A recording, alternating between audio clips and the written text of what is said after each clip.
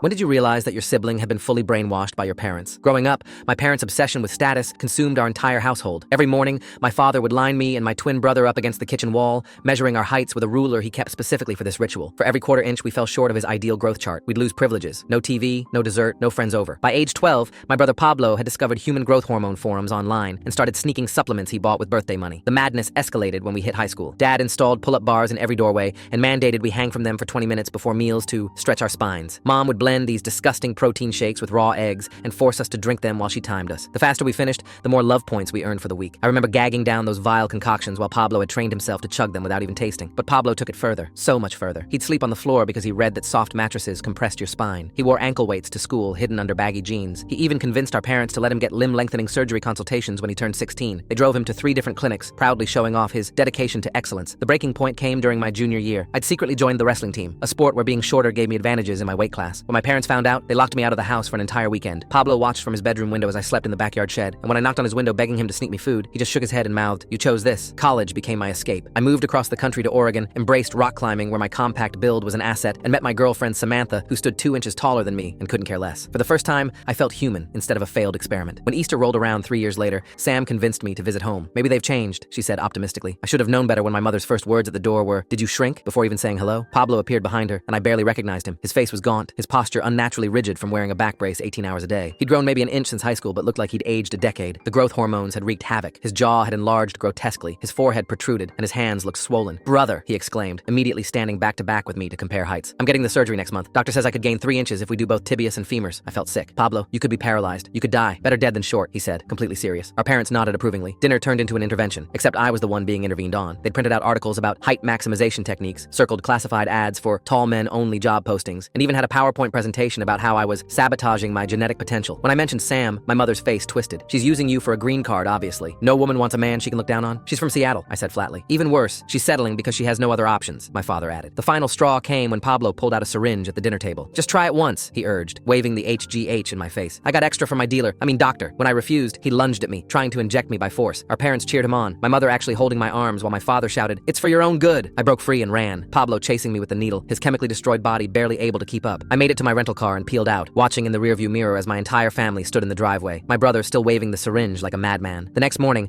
I woke up to 47 missed calls and a string of voicemails that progressed from disappointment to disownment to Pablo sobbing that I was choosing to be genetic waste. 2 months later, I got a call from a hospital in Mexico. Pablo's surgery had gone wrong, catastrophically wrong. Full video on the channel, link below.